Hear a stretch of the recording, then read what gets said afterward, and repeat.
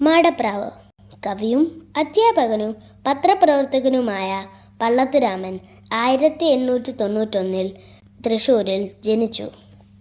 പ്രകൃതി സ്നേഹവും സഹജീവി സ്നേഹവും നിറഞ്ഞു നിൽക്കുന്ന കവിതകളാണ് അദ്ദേഹത്തിൻ്റേത്. ഉദയരശ്മി, വനമാല, വീരാങ്കന, അമൃതപുളിനം, പള്ളത്തുരാമൻ്റെ സമ്പൂർണ്ണ കൃതികൾ എന്നിവയാണ് പ്രധാന പുസ്തകങ്ങൾ. 1950 അദ്ദേഹം അന്തരിച്ചു.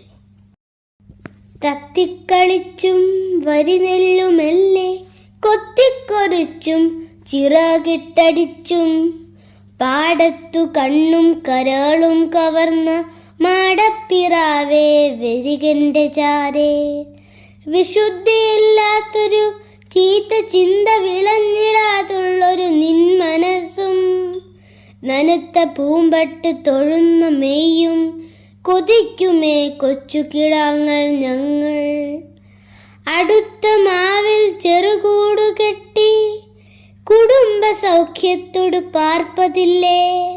കിടാങ്ങളില്ലേ ചെറുപാഠശാല ചെടിപ്പടർപ്പോ ഗുരുവാർ ചൊല്ലൂ.